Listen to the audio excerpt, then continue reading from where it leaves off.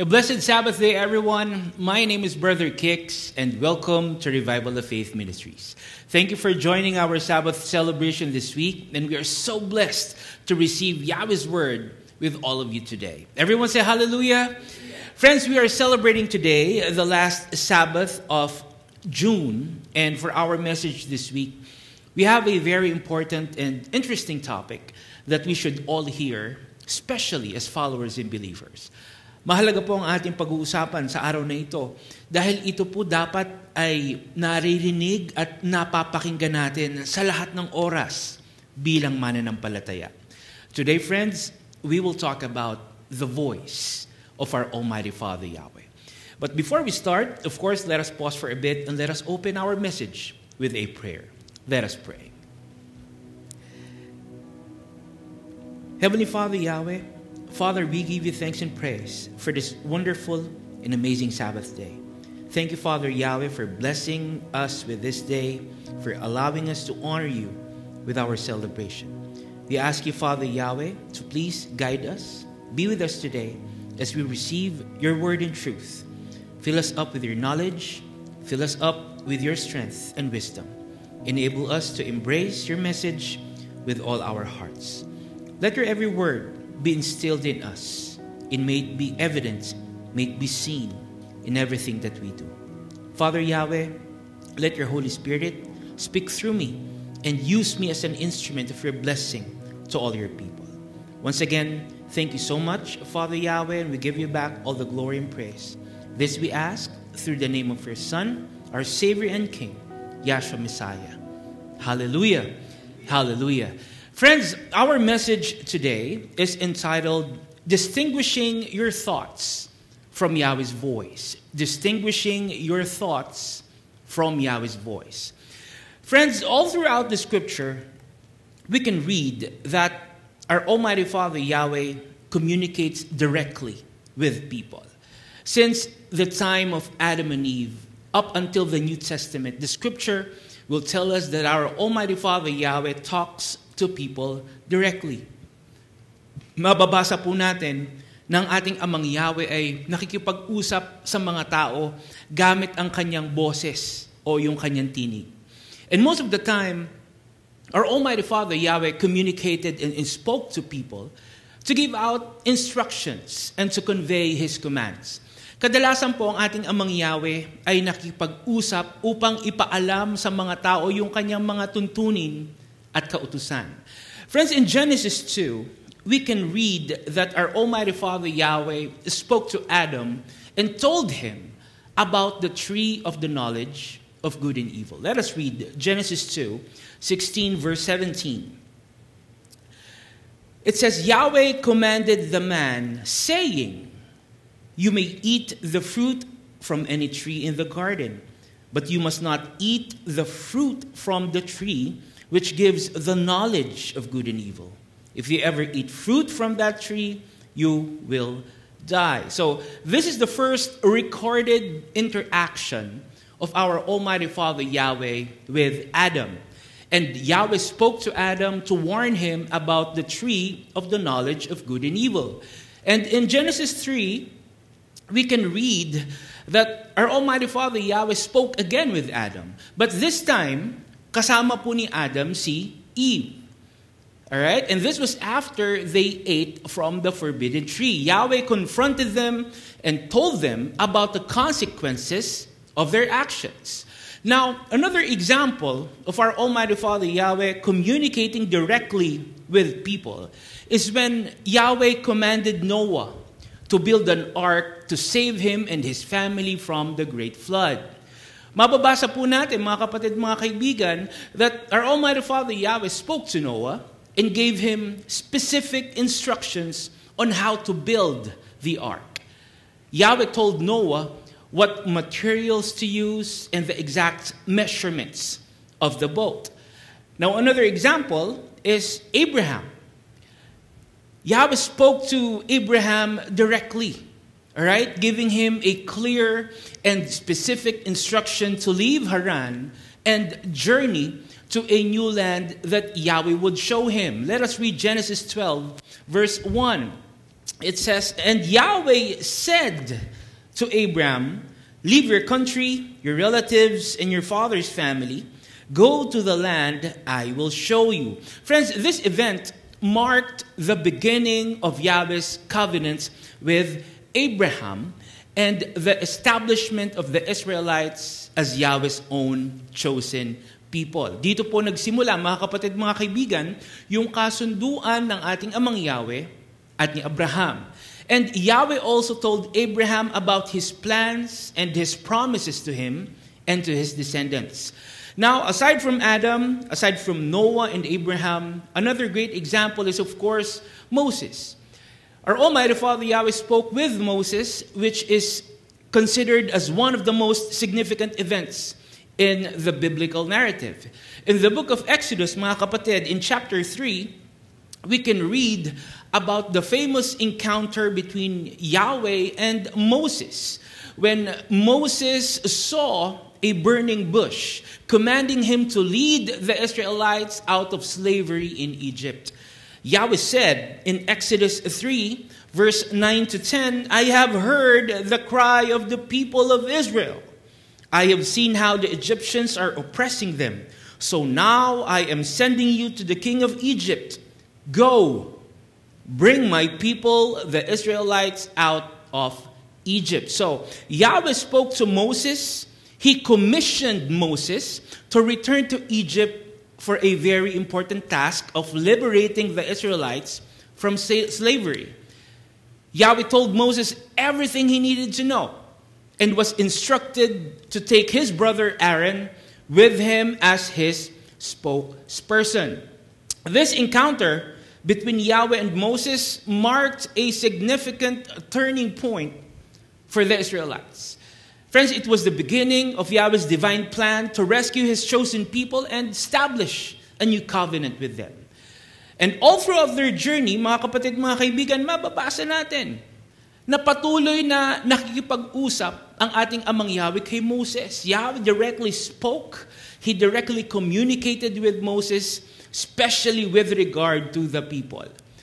Now, in the New Testament naman po, mga kapatid, madami din tayong mababasa tungkol sa ating amang Yahweh na nangungusap at nagsasalita sa mga tao. One of which is when our Messiah Yeshua was baptized by John the Baptist in the Jordan River. Pagkatapos po na mabautismuhan ni Juan ang ating Messiah Yeshua, narinig po ang tinig ng ating amang Yahweh mula sa langit. Let us read that in Matthew 3, verse 17. It says, "And a voice spoke from heaven. The voice said, 'This is my son, and I love him. I am very pleased with him.'" So Yahweh spoke to the people and told them about our Messiah Yeshua. Pinaalam po ng ating amang Yahweh sa mga tao na ang ating Messiah Yeshua ay kanyang anak at ito po ay lubos niyang kinalulugdan. Now, a very similar event happened in Matthew 17. This time, our Almighty Father Yahweh spoke to Yahshua's disciples and commanded them to obey our Messiah Yeshua. Let us read Matthew 17, verse 5. It says, "While Peter was talking, a bright cloud covered them. A voice came from the cloud. The voice said, 'This is my son, and I love him. I am very pleased with him. Obey him.'" So, this is the time when Apostle Peter, James, and John were up on a high mountain with our Messiah Yeshua. This was during Yahshua's transfiguration. And as they witnessed this miraculous event, a voice from the cloud spoke to them and instructed them to obey our Messiah Yeshua. Sinabi po ng ating amang Yahweh kay Apostol Pablo, kay Santiago at Juan, na sundin nila ang ating Messiah Yeshua. So, friends, all these biblical figures and all these passages that we read are proof that our Almighty Father Yahweh spoke and communicated directly with people. Dapat tunayan po natin na ang ating amang Yahweh ay nakikipag-usap sa pamamagitan ng kanyang boses o ng kanyang tinig upang ipaalam sa mga tao yung kanyang mga tuntunin at kautusan. We were able to establish that our Almighty Father Yahweh conveyed His instructions and commands to the people with His voice and by speaking to them. Ang sabi nga po mga kapatid sa Job 33:14-16, Yahweh does speak. Ulitin po natin, Yahweh does speak. Sometimes one way and sometimes another. He speaks even though men may not understand it. Yahweh may speak in a dream or a vision at night. This is when men are in a deep sleep and lying in their beds. He may speak in their ears and frighten them with warning. So, talagang nangungusap po mga kapatid, mga kaibigan. Talagang nangungusap ang ating Amang Yahweh. Iba-iba man daw po ang kanyang pamamaraan sa pakikipag-usap. The scripture is telling us that Yahweh communicates and speaks to His people. Hallelujah. And we can say that all these biblical figures and many others are truly blessed. Tama po ba? They are truly blessed because our Almighty Father Yahweh chose to speak to them and allowed them to hear His voice. Masasabi po natin na sila ay talagang lubos na pinagpala. Dahil sa kanila po, nangusap ang ating Amang Yahweh. Sila ang napiling kausapin ng ating Amang Yahweh. Sa kanila po pinarinig ng ating Amang Yahweh yung kanyang boses at tinig. You see, in biblical times, hearing Yahweh's voice was often perceived as a manifestation of Yahweh's divine presence and power. Hearing Yahweh's voice was considered a sign of special favor, of blessing given by Yahweh to those who were faithful and obedient to Him. Kaya kapag naririnig po nila yung boses, yung tinig ng ating Amang Yahweh, naniniwala po sila na naroon din ang presensya ng ating Amang Yahweh. Naniniwala po sila na ito ay isang pagpapala. For them, hearing Yahweh's voice was a life-changing experience that marked a turning point in their lives. Hearing Yahweh's voice was a significant reminder that Yahweh is actively involved in their day-to-day living.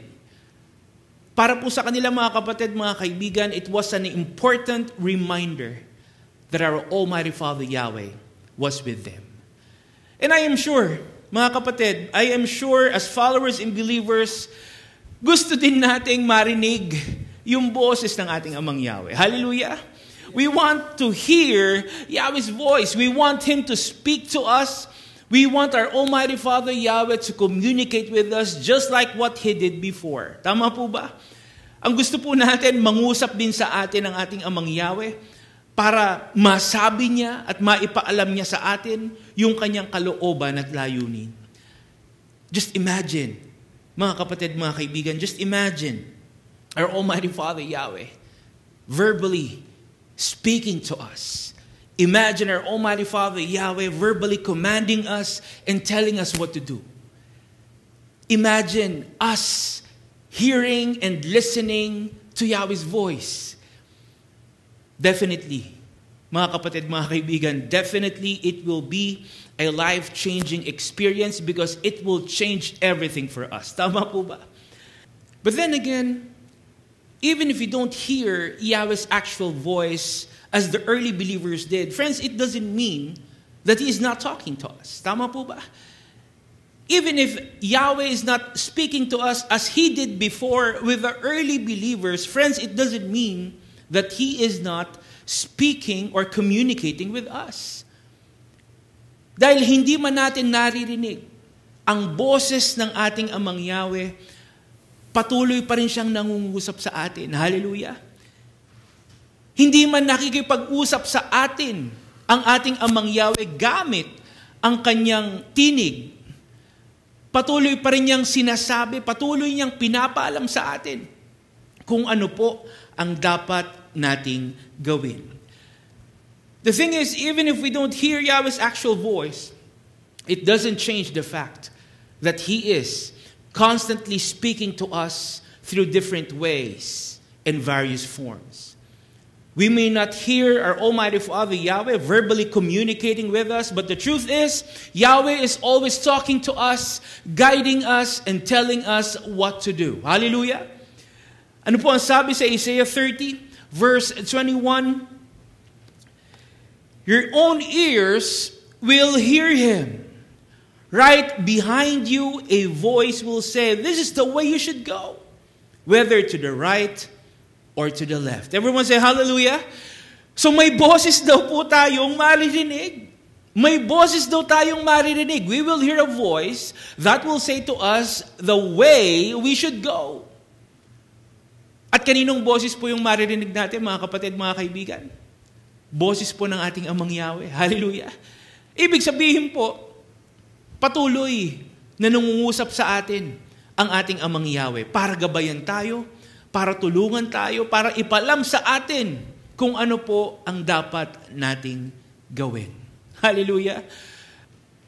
Now let me ask you, as followers, as believers, when was the last time Yahweh spoke to you? When was the last time you heard our Almighty Father Yahweh? When was the last time you heard His voice?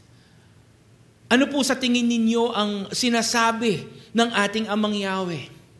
Or better yet, pinakinggan mo ba ang ating Amang Yahweh? Nakinig ka ba sa sinasabi sa iyo ng ating Amang Yahweh? Friends, the truth is, one of the most challenging aspects of being a follower and believer is when we feel that Yahweh is being silent to us. Tama po? Ulitin po natin mga kapatid. One of the most challenging aspects of being a follower and a believer is when we feel that our Almighty Father Yahweh is being silent to us. It is incredibly difficult. It is frustrating when we feel that Yahweh is being quiet and unresponsive. Bilang mananampalataya, mahirap po para sa atin kapag ang pakiramdam natin hindi tayo sinasagot, hindi tayo kinakausap ng ating Amang Yahweh. Tama po ba? It makes us feel far. It makes us feel distant from our Almighty Father Yahweh. But you know what, friends? Most of the time, what we don't realize is that we are the ones who tend not to listen to our Almighty Father Yahweh. Tama po. We might not notice it at times, but we tend to struggle with listening to Yahweh's voice. Naisip po ba natin yung mga kapatid, mga kaibigan? Nahihirapan tayo dahil akala natin hindi tayo kinakausap ng ating Amang Yahweh. But the real problem is, we are the ones who doesn't listen to Yahweh. Tayo po pala ang hindi nakikinig sa ating Amang Yahweh. Kagaya po nung sinabi natin kanina, nangungusap sa atin ang ating Amang Yahweh. Hallelujah! Yahweh is constantly speaking to us.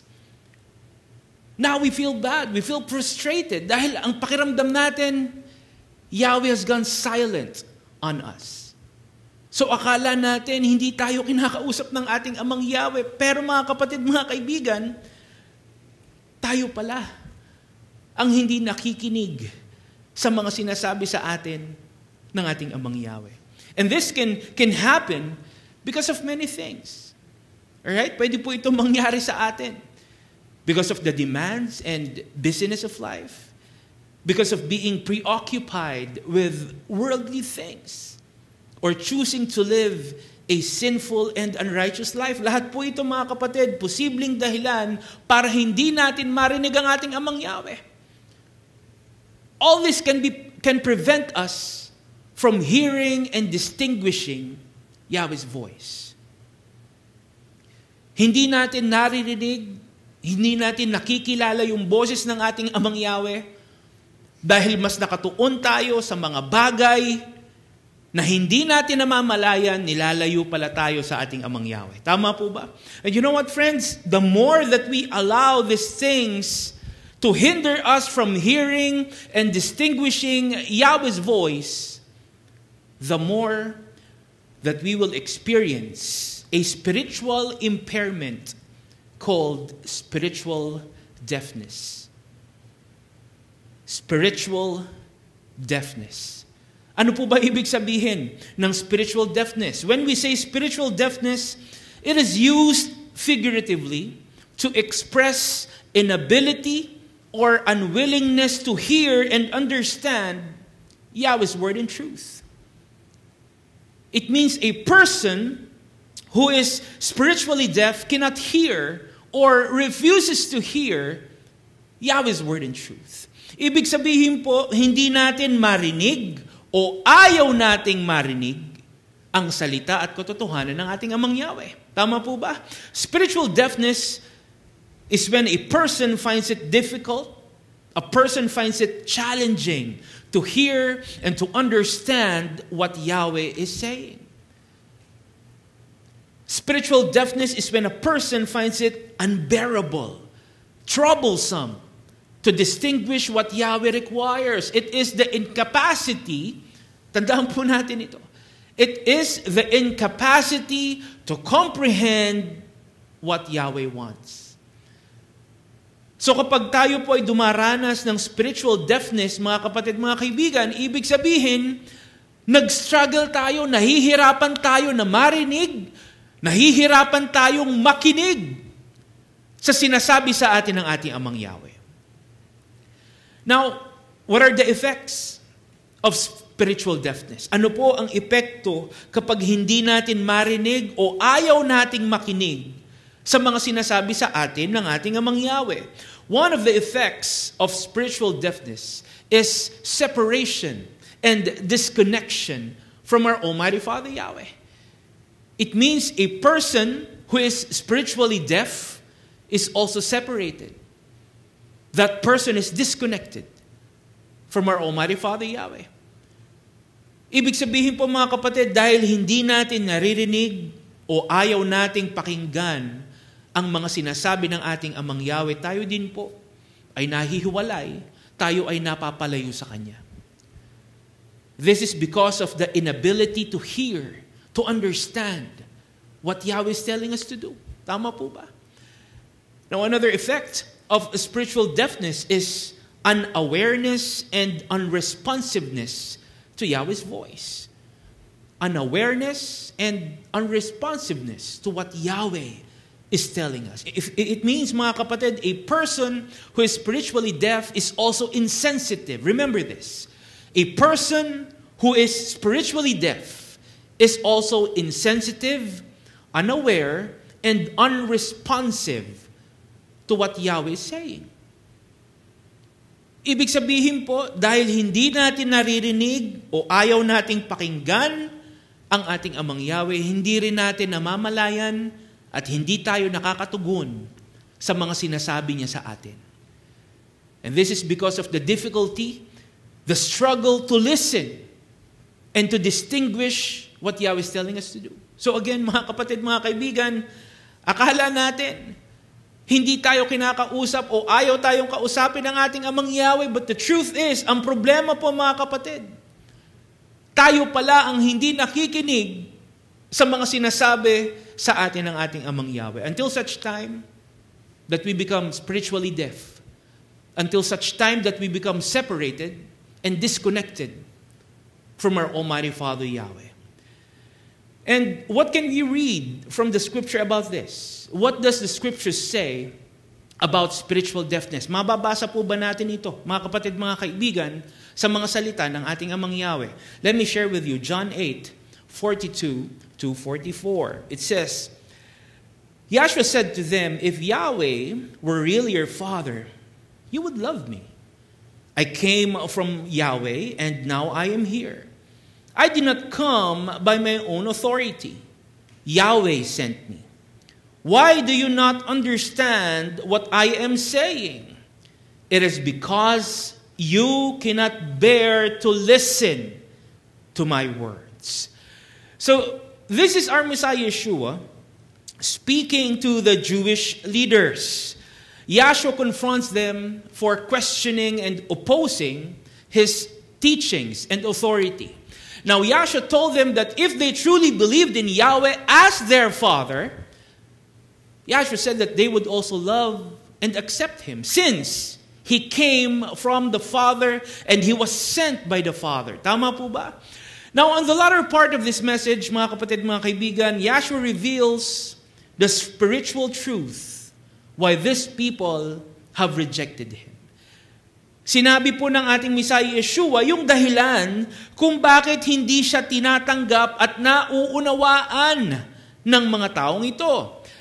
Yahshua implies that the reason why these people do not understand Him is because of their refusal and unwillingness to listen to what He was saying.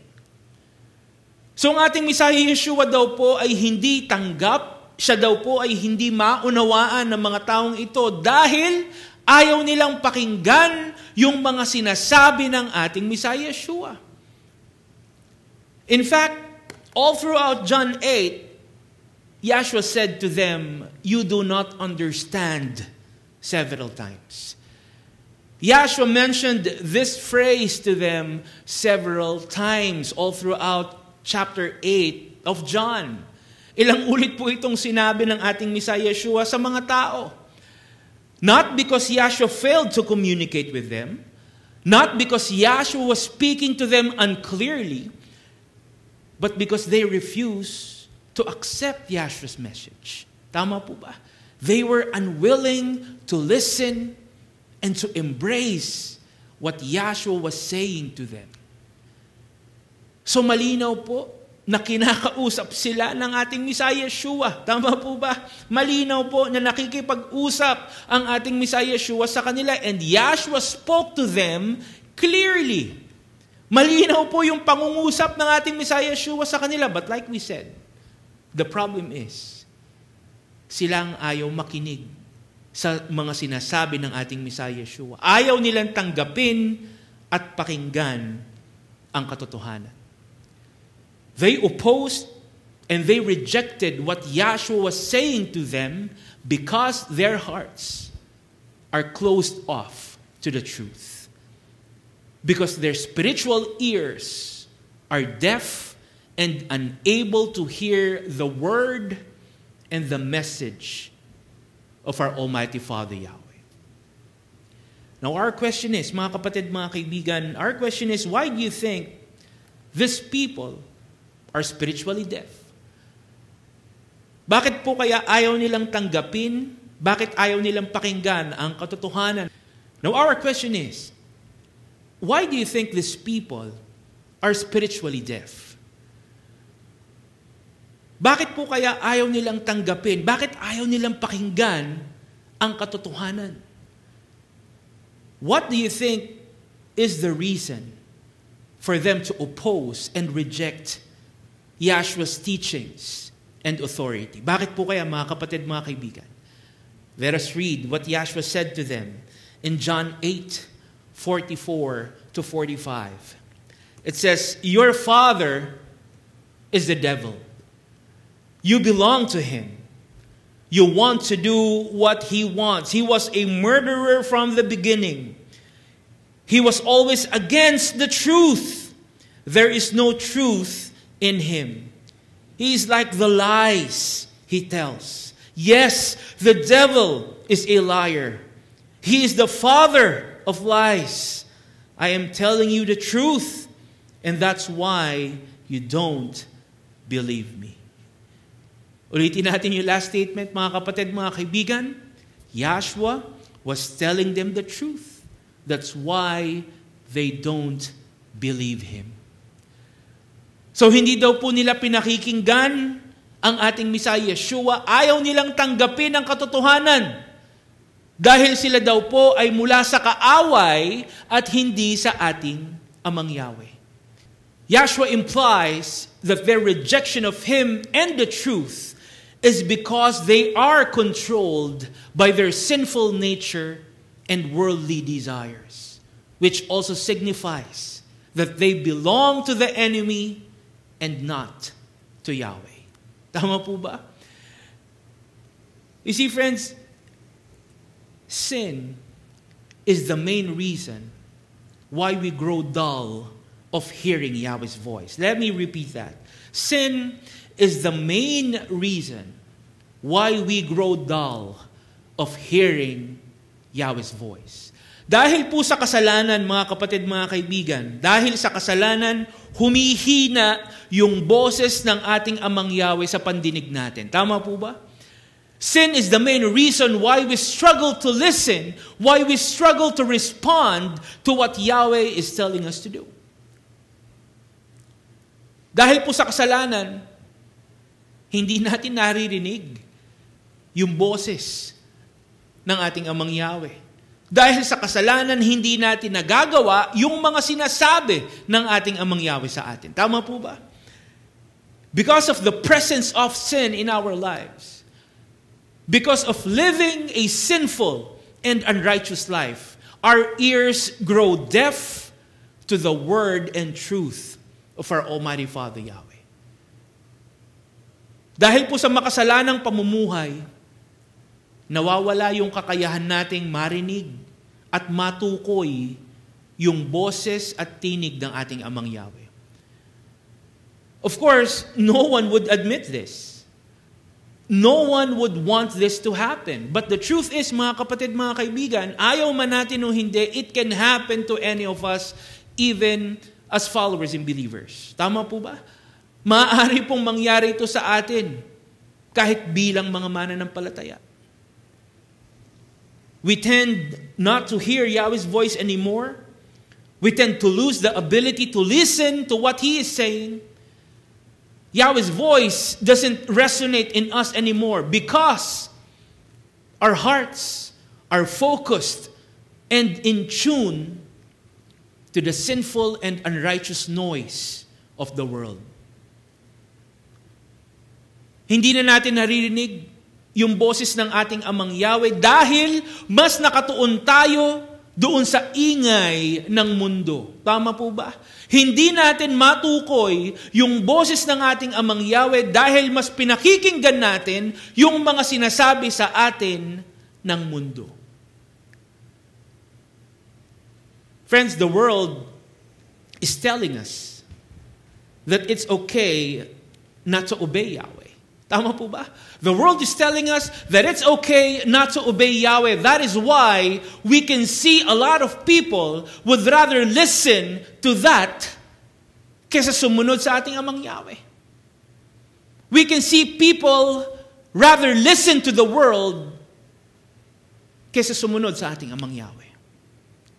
Friends, the world is telling us that it's okay not to obey our Almighty Father Yahweh. Sinasabi sa atin ng mundo, okay lang na hindi ka sumunod sa ating Amang Yahweh. That's why we can see that a lot of people are doing that. Kesa sumunod sila sa ating Amang Yahweh. Tama po ba? The world is telling us that it's better to work on Sabbath.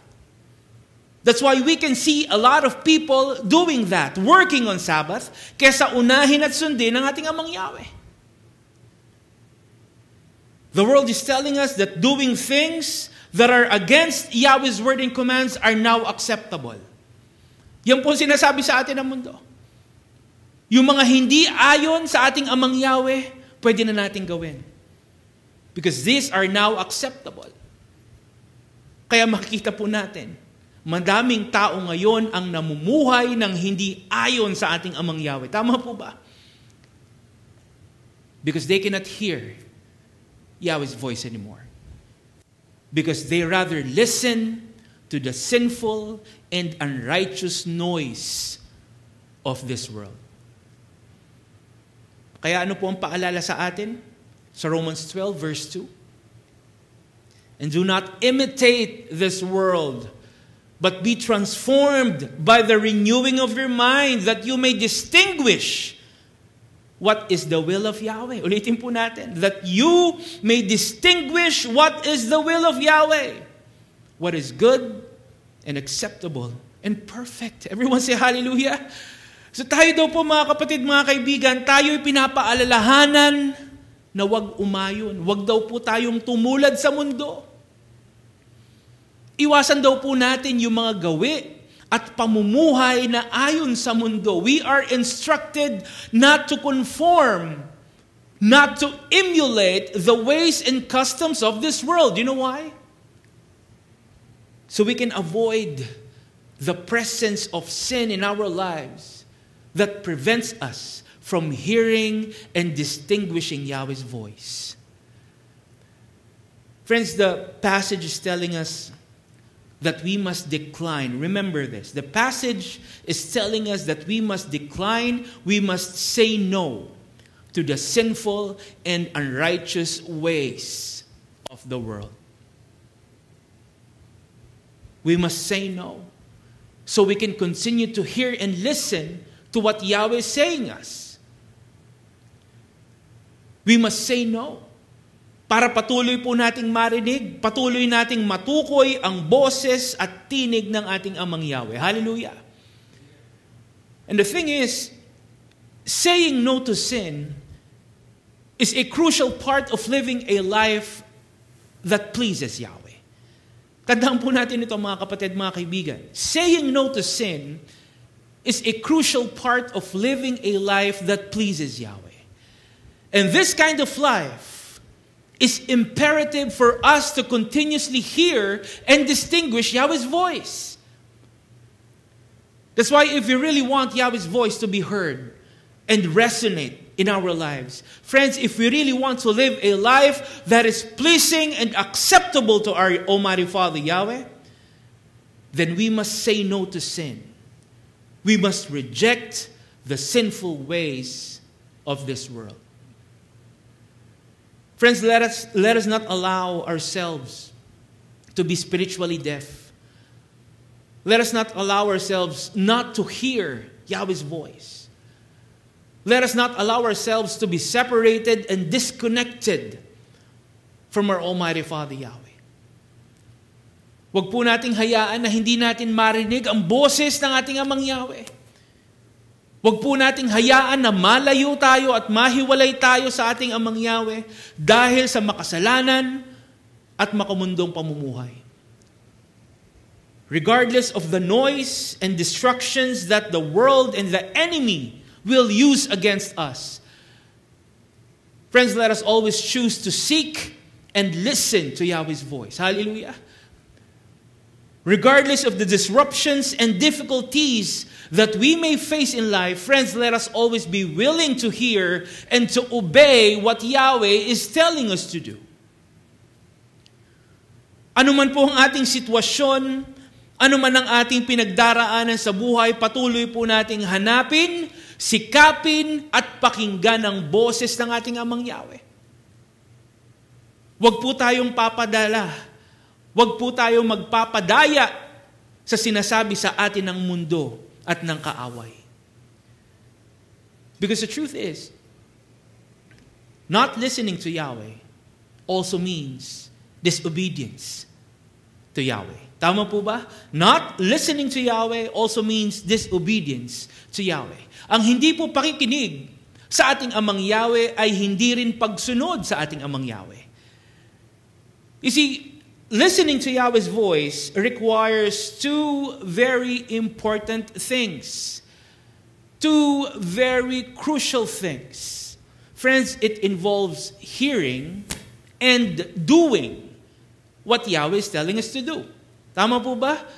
Listening to Yahweh's voice involves hearing and doing what Yahweh is telling us to do. Ibig sabihin po, ang tunay na pakikinig sa ating Amang Yahweh ay may kasamang pagsunod.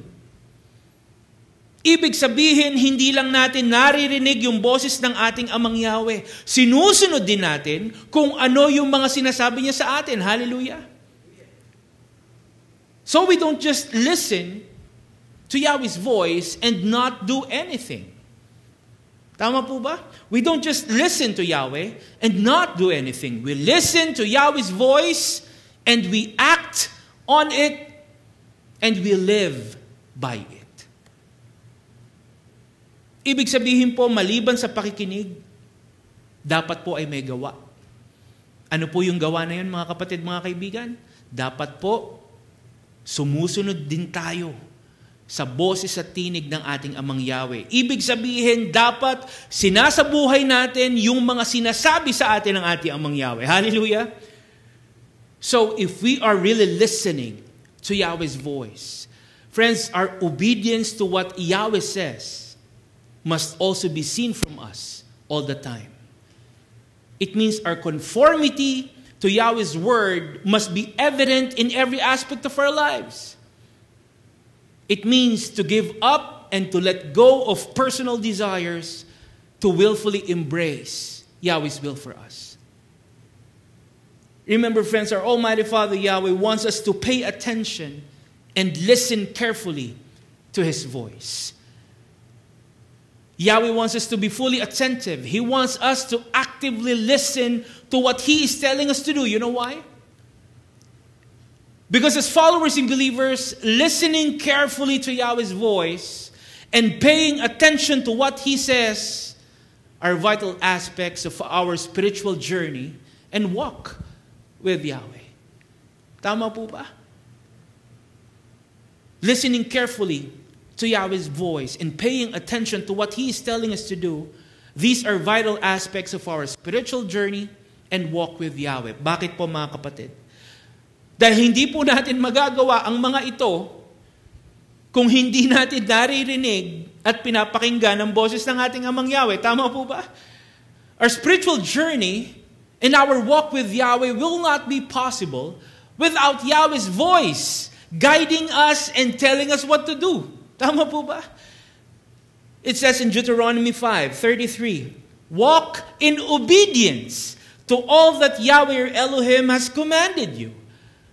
Mabuhay daw po tayo ng may pagsunod. Mabuhay daw tayo ng ayon sa mga kautusan ng ating Amang Yahweh. But then again, mga kapatid, mga kaibigan, hindi po natin ito magagawa kung hindi po natin naririnig, kung hindi natin pinapakinggan ang ating Amang Yahweh. Tama po ba? Because we cannot obey Yahweh if we don't listen to Yahweh. Ulitin po natin, we cannot obey our Almighty Father Yahweh if we don't hear, if we don't listen to our Almighty Father Yahweh. Hindi po natin siya kayang sundin kung hindi natin siya naririnig at pinapakinggan. Tama po? Ang sabi naman po sa 2 Timothy 1, verse 10, He has saved us and called us to a holy life. Not because of anything we have done, but because of His own purpose and grace. Everyone say hallelujah? So tayo daw po, mga kapatid, mga kaibigan, tayo daw po ay tinawag ng ating Amang Yahweh dahil sa layunin niya para sa atin. At bahagi ng layunin natin ay makinig sa ating Amang Yahweh. It means as followers and believers, listening to Yahweh is part of our purpose. It means we are called to listen to Yahweh's voice. Tama po? Because like we said, Yahweh is talking to us. He is actively communicating with us. Nangungusap po sa atin ng ating Amang Yahweh. That's why our purpose is to actively listen to what Yahweh is saying to us. Tama po ba? But then again, we cannot answer Yahweh's call. We cannot fulfill this purpose for us if we can't hear and distinguish His voice. Hindi po natin matutupad itong layunin natin na ito kung hindi natin naririnig at hindi natin pinapakinggan yung boses ng ating Amang Yahweh. That's why as followers and believers, friends, it is imperative that we hear, that we distinguish Yahweh's voice. It's important that we listen and obey what Yahweh is telling us to do. You know why? Because hearing and distinguishing Yahweh's voice signifies that we belong to Yahweh. Ang pakikinig natin sa boses, sa tinig ng ating Amang Yahweh ay nangangahulugan. Ito po ay patunay na tayo ay mula sa ating Amang Yahweh. Do you believe that? Let us read John 8:47. It says, whoever belongs to Yahweh hears the words of Yahweh. The reason you do not hear is that you don't belong to Yahweh. Ang sino mang mula kay Yahweh ay nakikinig sa kanyang mga salita. Hallelujah! Ang sabi naman po sa John 10:27, the sheep that are my own hear my voice. Ulitin po natin, the sheep that are my own hear my voice and listen to me. I know them and they follow me. Everyone say hallelujah. So again, the passage is telling us that those who are from Yahweh can hear and distinguish Yahweh's voice. Friends, the passage is proof that those who belong to Yahweh listen to His voice and obey His word. Kaya bilang mananampalataya, dapat po mga kapatid, mga kaibigan, ito ang makita mula sa atin. Dapat po maipakita natin na tayo ay nakikinig at sumusunod sa ating Amang Yahweh. Dapat po makita sa atin na ang ating Amang Yahweh ang pinakikinggan natin at sinusunod natin. Ulitin ko po mga kapatid, mga kaibigan, dapat makita sa atin na ang ating Amang Yahweh ang sinusunod natin at pinakikinggan natin. Friends, we said this, we are reiterating this because the sad truth is, people only listen to what they want to hear. People only listen to what they want to hear. Ang pinakikinggan po ng tao ay kung ano lang yung gusto niyang marinig. Tama po ba? And unfortunately, most of the time, people are not willing to listen to our Almighty Father Yahweh. Kadalasan po, ayaw ng taong makinig sa ating Amang Yahweh. Ayaw nilang pakinggan yung sinasabi ng ating Amang Yahweh. The thing is, they would listen to other people. They would even listen to false teachings and wrong beliefs. They would even listen to themselves, but not to Yahweh. Mas nakikinig sila sa iba, mas nakikinig sila sa kanilang sarili, pero hindi nila pinakikinggan ang ating Amang Yahweh. Pero ano po ang sabi mga kapatid? Ano po ang sabi sa Proverbs 3, verse 5? Trust in Yahweh with all your heart. Do not depend on your own understanding. Friends, the passage is telling us that instead of relying on ourselves, instead of leaning on what we know, we must completely trust and depend on Yahweh. Hallelujah? It means sa Kanya daw po tayo dapat magtiwala. Sa Kanya tayo dapat umasa. Ibig sabihin po, sa Kanya tayo dapat nakikinig at sumusunod. Hallelujah. Because like we said, people tend to listen to themselves instead of listening to what Yahweh is telling them to do. People tend to rely on their own thoughts, on their own perception, instead of listening to what Yahweh's voice is telling them to do, instead of obeying Yahweh's word. Mas inuuna nating makinig, mas inuuna nating maniwala sa sarili nating pag-iisip, mas pinipili nating pakinggan yung sarili natin kesa makinig sa ating Amang Yahweh. You know why? Dahil sa tingin po natin, yun ang tama at makakabuti sa atin. Naniniwala tayo na yung gusto natin, yung iniisip natin, naniniwala tayo na yun ang tama, at yun ang makakabuti sa atin. Pero ano pong sabi mga kapatid? Sa Proverbs 14 verse 12. It says, there is a way that seems right to a person, but in the end, it leads to destruction. At the end, it leads to destruction.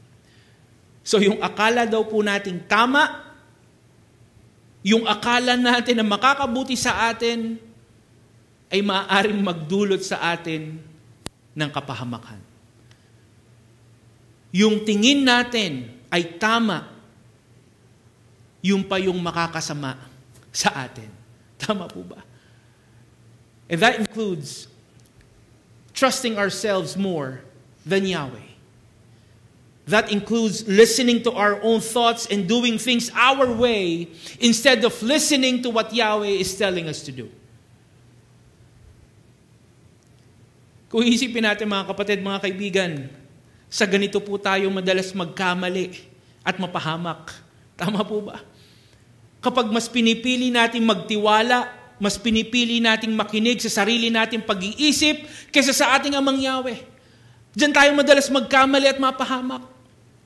Kapag gumagawa tayo ng mga bagay na ayon sa pamamaraan natin at hindi ayon sa pamamaraan ng ating Amang Yahweh, diyan po tayo madalas magkamali at mapahamak. Ano po ang sinabi mga kapatid sa Isaiah 55, verse 8? Sinabi ni Yahweh, ang pag-iisip ko ay hindi katulad ng pag-iisip ninyo, at ang pamamaraan ko ay hindi katulad ng pamamaraan ninyo. Yahweh's thoughts are not like our thoughts. Yahweh's ways are not like our ways. You know why? Because Yahweh's thoughts are way above our thoughts. Tama po ba? Yahweh's thoughts are higher than our thoughts. His ways are perfect. Yahweh's ways are without fault. Kaya nga po mga kapatid, mga kaibigan, walang imposible sa ating Amang Yahweh. Tama po ba? Kaya dapat po mga kapatid, sa Kanya tayo nagtitiwala at nakikinig. Dahil lubos at walang kamalian ang pag-iisip at pamamaraan ng ating Amang Yahweh. Hallelujah! Friends, let me share with you the story of Prophet Jonah. Prophet Jonah is one of the 12 minor prophets in the scripture. And he was a Jewish prophet and came from the northern kingdom of Israel. Prophet Jonah is also one of the 4 prophets that Yahshua mentioned during his earthly ministry. So si Prophet Jonah po ay nabanggit mismo ng ating Messiah Yeshua. Now, during his time as prophet, Jonah was called by Yahweh to do something very important. Siya po ay tinawag at inatasan ng ating Amang Yahweh para sa isang napakahalagang gawain. Yahweh commanded Prophet Jonah to go to the city of Nineveh, which is the capital of Assyria. He was instructed to go there to warn the people about their wicked ways and to call them to repentance. So, si Prophet Jonah po ay pinapunta ng ating Amang Yahweh sa Nineveh upang kausapin, upang mangaral at hikayatin yung mga tao na magbago at talikuran yung kanilang masasama at makasalanang pamumuhay. But you know what? The problem was, Prophet Jonah was very reluctant. Prophet Jonah was hesitant to listen and to obey what Yahweh is telling him to do. Because for Prophet Jonah, the people of Nineveh must be punished for their sins and wickedness instead of being given a chance to repent and to turn from their evil ways. Ayaw po sundin ni Prophet Jonah yung sinasabi sa kanya ng ating Amang Yahweh dahil para po sa kanya, dapat maparusahan yung mga tao sa Nineveh. So, because of his stubbornness and refusal to follow what Yahweh commanded him to do, friends, Prophet Jonah tried to escape and rebelled against Yahweh. Dahil ayaw po niyang makinig at sumunod, tinalikuran niya at tinakasan niya ang ating Amang Yahweh. Prophet Jonah flees from his mission by boarding a ship, going in the opposite direction, far away from where he was supposed to go. So instead of listening to our Almighty Father Yahweh, Prophet Jonah chose to listen to what he thought was right and good. Tama po ba? Instead of obeying Yahweh's instructions, Prophet Jonah opposed Yahweh's commands and did things his way. Mas pinili niyang makinig sa sarili niyang pag-iisip. Mas pinili niyang gawin yung sarili niyang pamamaraan, ang pinakinggan niya, ang sinunod niya, ay yung akala niyang tama at mabuti. But just like what we said, mga kapatid, mga kaibigan, yung akala niyang tama, yung akala niyang mabuti, yun pa ang nagdulot sa kanya ng kapahamakan. And it all happened to Prophet Jonah because he failed to listen. He failed to distinguish Yahweh's voice from his own thoughts. Friends, the story of Prophet Jonah is a great reminder about how we should always seek and listen to Yahweh's voice and instructions. What happened to Prophet Jonah is a great reminder about the importance of distinguishing Yahweh's will from our own wants and desires. Ito po ay isang mahalagang paalala na ang ating Amang Yahweh ay patuloy na nangungusap sa atin. Kaya dapat po ay patuloy din tayong makinig at sumunod sa kanyang mga salita at kautusan. Hallelujah! You see, our Almighty Father Yahweh is constantly communicating with us in so many ways. Marami pong ginagamit na pamamaraan ang ating Amang Yahweh upang makipag-usap sa atin. Yahweh speaks to us through His Son, our Messiah Yeshua, through the Holy Spirit, through the Scripture, through prayer. Yahweh speaks to us through our pastor that Yahweh chose to lead us. He speaks to us through the brethren that we get to fellowship with. Yahweh speaks to us through every situation that we experience in our lives. Lahat po ito, mga kapatid, mga kaibigan, ginagamit ng ating Amang Yahweh upang mangusap sa atin. Lahat ito, pamamaraan niya para makipag-usap sa atin. All we have to do is to listen to Yahweh's voice and obey what He is telling us to do. Kaya wag po tayong hihinto. Wag po tayong mapapagod sa pakikinig at sa pagsunod sa tinig at sa mga salita ng ating Amang Yahweh. Hallelujah! Remember, friends, discerning and distinguishing Yahweh's voice is a reminder that Yahweh is with us all the time. To be able to listen and to identify Yahweh's voice is proof that His presence is always around us no matter what. Hallelujah.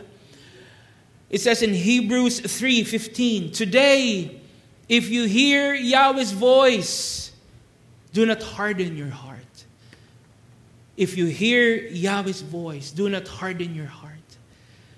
So friends, if you think that our Almighty Father Yahweh is speaking to you right now, if you really feel that Yahweh is telling you something at this very moment, friends, I hope and pray that you will choose to open your hearts.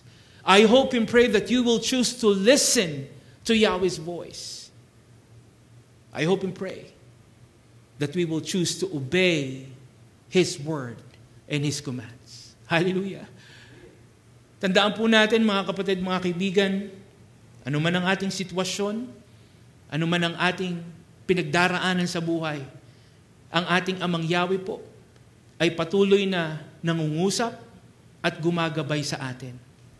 All we need to do is to seek, to listen, and follow Yahweh's voice.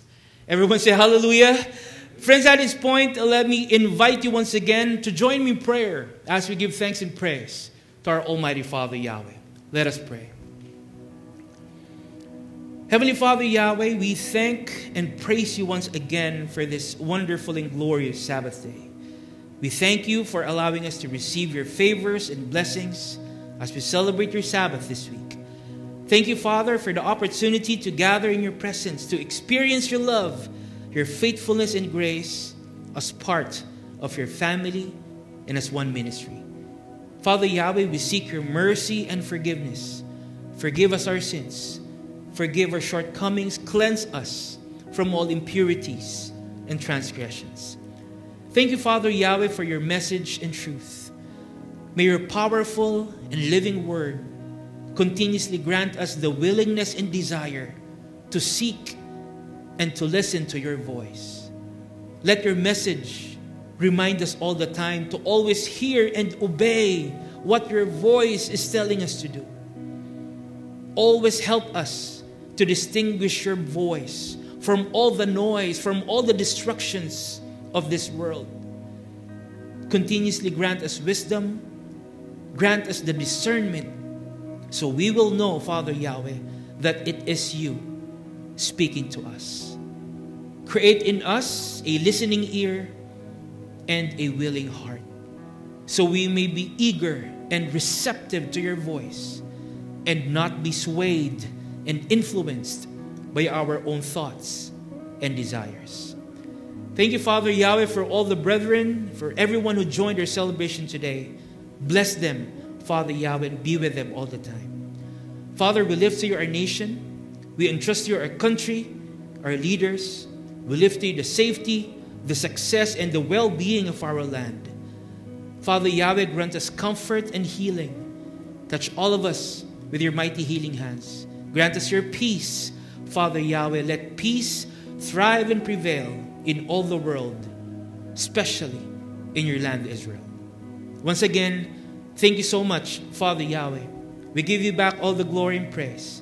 All this we ask through the name of your Son, our Savior, Yahshua Messiah. Hallelujah. Hallelujah. Friends, before we end our message today, let us read first Isaiah 55, verse 2 to 3. Isaiah 55, 2 to 3. It says, "Listen closely to me, and you will eat what is good. You will enjoy the food that satisfies your soul. Come to me and listen. Listen to me so you may live. I will make a covenant with you that will last forever. I will give you the blessings I promised to David." Everyone say hallelujah. Friends, as followers and believers, the passage is once again reminding us about the significance of listening to our Almighty Father Yahweh. We are reminded that Yahweh is always speaking to us.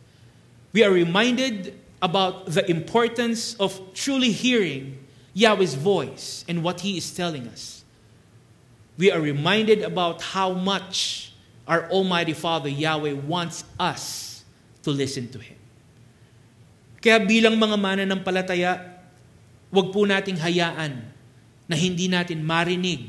Wag nating hayaan na hindi natin mapakinggan ang boses at tinig ng ating Amang Yahweh. Friends, let us not allow anything to silence and overcome Yahweh's voice in our lives.